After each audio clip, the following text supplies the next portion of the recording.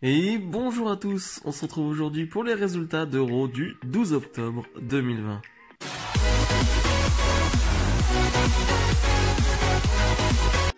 Comme à SmackDown, il y a une draft du côté de Raw, c'est la deuxième partie de la draft. Donc comme pour ma review de SmackDown, je ferai un gros bilan à la fin de la vidéo. Voilà, s'il y a des transferts qui se font en cours de show et qui affectent, on va dire, des segments ou quoi que ce soit, j'en parlerai. Mais sinon, je ferai un gros bilan en fin de vidéo. Et on débute ce Raw avec, comme d'habitude, j'ai envie de dire, une promo de Randy Orton, le challenger au titre de Drew McIntyre. Randy Orton qui a fait une promo très basique, mais qui va surtout nous rappeler une stat. La semaine dernière, dans ce 3 contre 3, Randy Orton a fait le tomber sur Drew McIntyre, a battu Drew McIntyre, et ça faisait quasiment un an que Drew McIntyre n'avait pas pris un tombé. Et je trouve que la stat est très importante et très significative, on va dire, de peut-être ce qui va se passer à Hell in a Cell. On en reparlera dans mes pronostics la semaine prochaine, mais je trouvais la stat intéressante, et s'ils l'ont rappelé, c'est pas pour rien, je trouve. Drew McIntyre qui va arriver, qui va dire, mais moi en fait, à chaque fois, j'ai promis une chose, à chaque fois que je suis dans le même bâtiment que le tien, je veux te frapper. Donc il va aller sur le ring, il va y avoir une brawl entre les deux, une bonne brawl, plutôt courte, mais c'est une bonne brawl, et Randy Orton va réussir à s'échapper. Et vraiment, ce que j'aime entre les deux et dans cette feud, c'est-à-dire que on est à un moment de la feud où ça fait des mois qu'ils se battent, je suis pas lassé pour le coup, et il y a eu que 2 combats. Et c'est ça qui est incroyable. C'est ça qui fait que tu as envie d'en voir d'autres. C'est qu'il n'y a pas eu des combats toutes les semaines entre les deux. Il n'y a pas eu de la physicalité toutes les semaines entre les deux. C'est très bien amené. T'as de la physicalité peut-être toutes les 2, 3, 4 semaines. Mais t'as un gros moment. Et t'as eu que 2 matchs. Et ça, c'est très important. Le fait qu'il n'y ait eu que 2 matchs entre les deux fait que tu as envie d'en voir un troisième, voire un quatrième. Enfin bref, je trouve que la feud est encore une fois bien amenée. Et là, encore une fois, c'était vraiment un bon moment. Aleister Black face à Kevin Owens dans un match sans disqualification. Un match qui sera bien meilleur que leur affrontement il y a 2-3 semaines, que j'avais trouvé très court et pas forcément terrible. J'avais été assez déçu de leur combat. Là, c'est assez court, là aussi, je m'attendais à 10-15 minutes de match. On les a pas vraiment eu, et voilà, il y a 2 spots sympas, on va dire, avec le spot où Aleister Black va sauter avec ses genoux sur Kevin Owens, et il y avait des chaises placées en dessous. Un spot qui est très cool à voir, et je pense qu'il est assez safe. Voilà, il n'y avait pas de gros risques là-dessus, donc j'aime bien quand c'est safe et que c'est beau à voir. Voilà, je préfère ça. Et surtout la powerbomb finale de Kevin Owens sur Aleister Black sur la table. Donc voilà, c'était sympa, c'était court mais assez divertissant, avec une victoire de Kevin Owens. Voilà, il n'y a pas grand chose d'autre à dire, c'était sympa. Miz TV donc avec Miz et Morrison. Un Miz TV pas très passionnant pour le coup, où on aura Mandy Rose et Dana Brooke en tant qu'invités.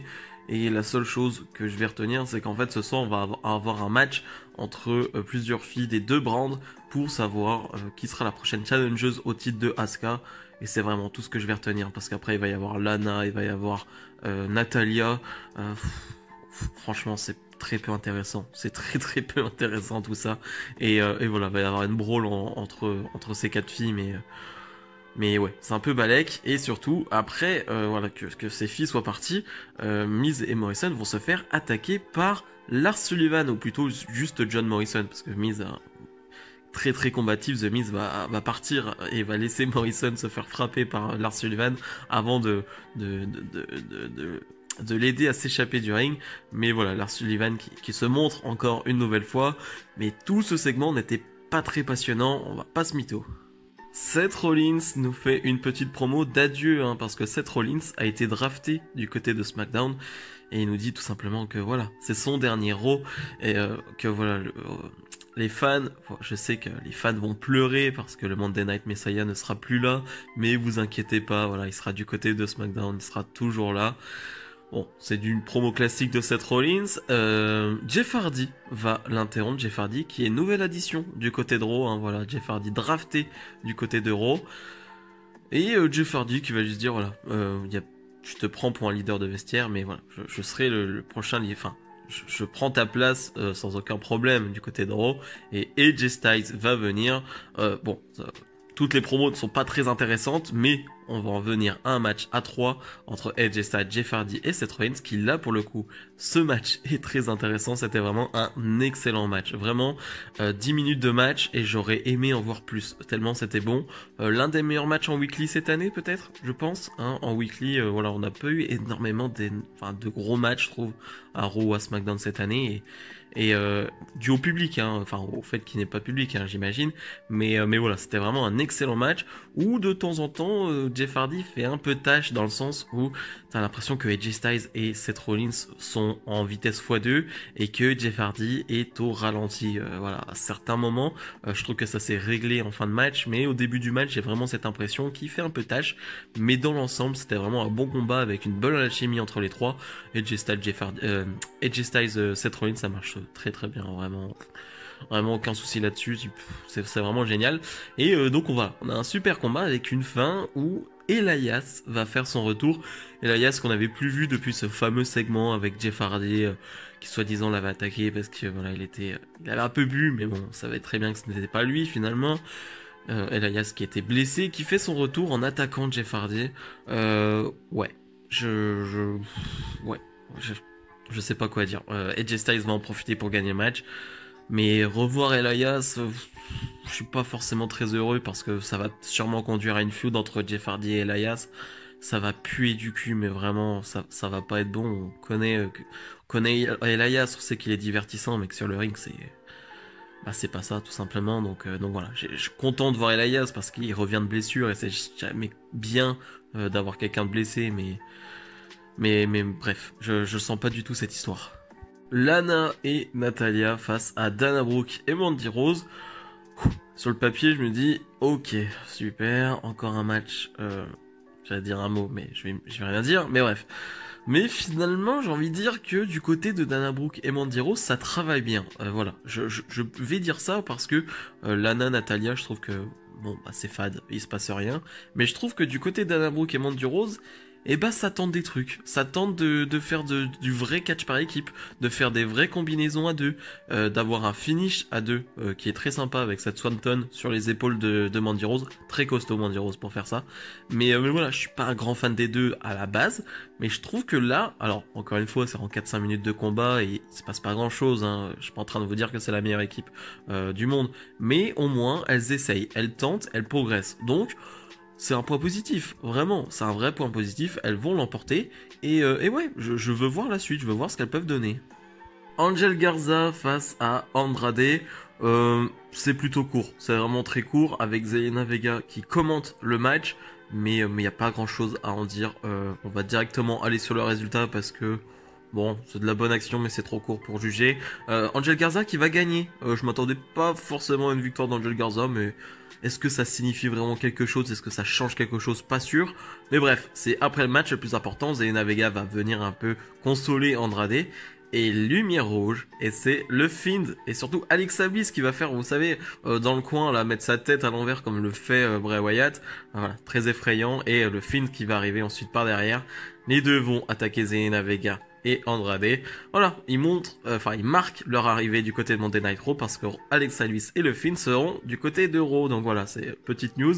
C'est plutôt cool. Voilà, comme d'habitude, les petits segments entre ces deux-là, c'est toujours très intéressant et on a envie d'en voir plus et de voir la suite. Le New Day défend son titre de champion tag de Raw, oui, parce qu'ils sont passés du côté de Raw et du coup, voilà, on leur a mis les championnats par équipe de Raw, ce qui est plutôt logique, hein, voilà, on s'attendait pas à les voir avec les ceintures bleues, donc voilà, ils ont bien les ceintures rouges, donc face à Robert Roode et Dolph Ziggler qui n'ont rien fait vraiment pour avoir cette opportunité, c'est un peu bizarre, on leur donne un match de championnat comme ça. Ouais, ok, Robert Roode est là de retour depuis 2 semaines. Il a eu un match de championnat, un match de championnat pour le titre de la WWE, un match de championnat pour le titre tag. Ça va, plutôt un bon retour pour Robert. Je sais pas ce qu'il a fait en coulisses, mais bref. On a un bon match tag d'une dizaine de minutes quasiment. Quel bonheur, vraiment, je l'ai déjà dit du côté de SmackDown, mais quel bonheur de revoir le New Day, en tout cas de revoir Kofi Kingston et Xavier Woods. Il m'avait manqué, vraiment il m'avait manqué, et c'est surtout sur le ring que je m'en rends compte, voilà, le feu qu'ils ont, surtout Xavier Woods, Kofi, on connaît beaucoup et beaucoup plus et on a l'habitude. Mais Xavier Woods, ses comebacks, ce qu'il est capable de faire sur le ring, ça m'avait quand même manqué. Et voilà, je suis très content de les revoir. C'est une équipe ultra solide, voire la meilleure équipe avec les Usos pour moi. Donc voilà, ça fait juste plaisir de les revoir. Ils vont remporter forcément ce match et donc conserver leur titre. Maintenant, encore une fois, va falloir reconstruire cette division. En tout cas, si c'est l'idée, s'il y a une idée derrière de reconstruction de division, voilà, va falloir tenter quelque chose pour avoir des challengers sérieux pour le New Day.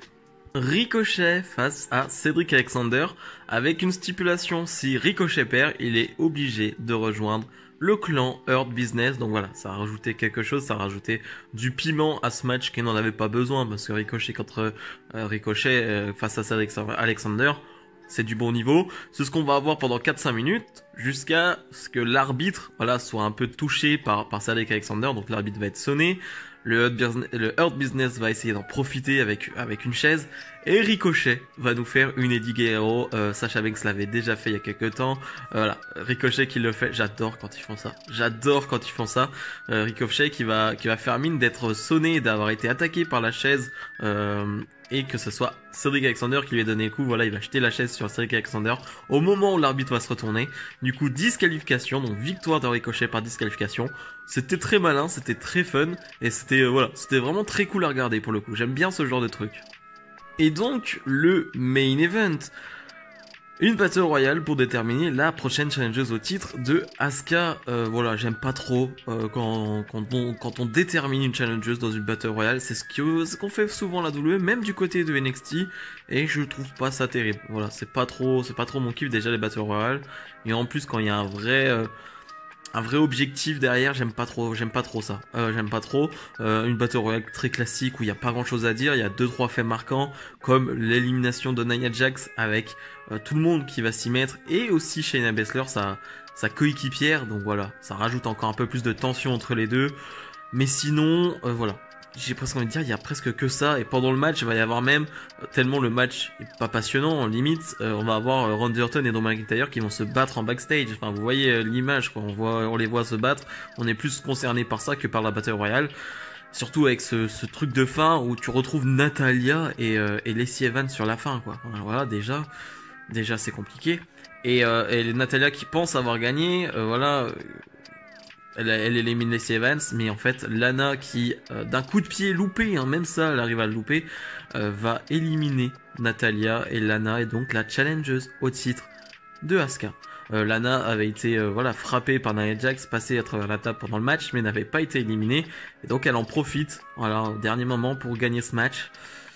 Voilà, je veux pas être méchant avec Lana, je veux pas faire de commentaires très méchants, et je veux pas faire d'insultes ou quoi que ce soit, mais non, ce n'est pas possible. Lana, ce n'est pas possible.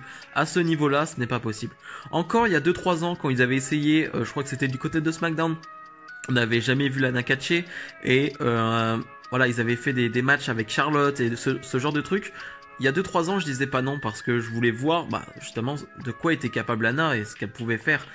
On a vu et on a très bien vu que ce n'était pas possible. Ce n'était pas possible d'être crédible face à une Asuka, face à une Charlotte, face à une Sasha Banks, face à une Becky Lynch, enfin bref, c'était impossible. Et ça me saoule parce que, encore une fois, c'est pas méchant contre Lana, j'ai pas envie d'être méchant contre Lana, c'est plus le booking en lui-même. Lana, entre guillemets, elle a rien demandé, entre guillemets, je dis ça, même si je vais pas la féliciter parce que c'est une mauvaise catcheuse, faut pas abuser non plus, faut pas non plus abuser dans vos tweets en disant oui, tout le monde se met contre Lana. Oui, c'est une mauvaise catcheuse, on a le droit de le dire. Évidemment, on a le droit de le dire. Maintenant, en termes de booking, je sais pas, il y avait quand même une Liv Morgan, une Peyton Royce, ce genre de personnes qui peuvent te livrer un bon match face à Asuka, et voilà, ça aurait été beaucoup plus intéressant. On va voir ce qu'ils vont faire la semaine prochaine. Voilà, je sais pas. Je sais pas ce que ça va donner, mais voilà, je veux voir ce qu'ils vont faire la semaine prochaine en termes de booking, en termes de match. Voilà, on verra bien. Allez, on fait un bilan très rapide de la draft de Raw. On a le Fiend donc et Alexa Bliss qui sont passés du côté de Raw, mais ça on l'a vu. Les Street Profits sont passés du côté de SmackDown, ce qui est logique, parce que le New Day est passé du côté de Raw, et donc eux vont se retrouver avec les titres de SmackDown. Charlotte passe du côté de Raw. pourquoi pas, hein, on va voir, on verra bien ce que ça va donner quand elle reviendra de blessure, j'espère que ça sera pas trop long sa blessure. Braun Strowman passe du côté de Raw, bon, on l'avait vu ces dernières semaines du côté de Raw, donc bon, c'est pas non plus un truc de fou. Matt Riddle passe du côté de Raw, ça c'est cool, voilà, je veux voir ce qu'il peut donner du côté de Raw, s'il sera booké, s'il sera bien booké, ou soit, enfin... il faut qu'il soit booké tout simplement, parce que bon, du côté de SmackDown c'est compliqué. Jeff Hardy, voilà, on l'a vu du côté de Raw. Retribution qui est officiellement du côté de Raw, hein, voilà, ce clan est officiellement du côté de Raw. Lars Sullivan officiellement du côté de SmackDown. Et voilà, donc Alexa Bliss, Elias qui est forcément du côté de Raw. Super, j'ai envie de dire, on s'en fiche un peu. Lacey Evans du côté de Raw. Pareil, on n'est pas comme des dingues, on n'est pas comme des fous. Sheamus, Nikki Cross du côté de Raw. Et voilà, Dolph Ziggler et Robert Roode se retrouvent du côté de SmackDown. Donc voilà, c'est à peu près tout au niveau de la draft. Bilan de ce Raw, sympa, j'ai envie de dire. Forcément, le final te laisse un goût amer. En tout cas, pour moi, ça me laisse un goût très amer. Et voilà, c'est pas que je m'en remets pas, mais disons que c'est compliqué quand même de se dire que Lana va être challengeuse au titre de Asuka. Mais bref, dans l'ensemble, c'est un show plutôt correct. On n'a plus de Raw Underground. Très bizarre. On n'a plus du tout de Raw Underground. Je sais pas ce que fait Shane McMahon. Très bizarre ce qui se passe, donc il y a pas vraiment d'explication. Alors peut-être il y en a une et je l'ai pas entendu, mais en tout cas ça me paraît très bizarre. Mais voilà, c'était un show plutôt correct. Voilà, on est à une semaine maintenant, une semaine et demie de Hell in a Cell. La hype est pas non plus dingue, mais vu que c'est Hell in a Cell, allez, on est quand même toujours dedans. Bref, si vous avez aimé cette vidéo, comme d'habitude, n'hésitez pas à mettre le petit pouce bleu et à vous abonner. Nous, on se retrouve dès jeudi pour la review de NXT. Salut, salut!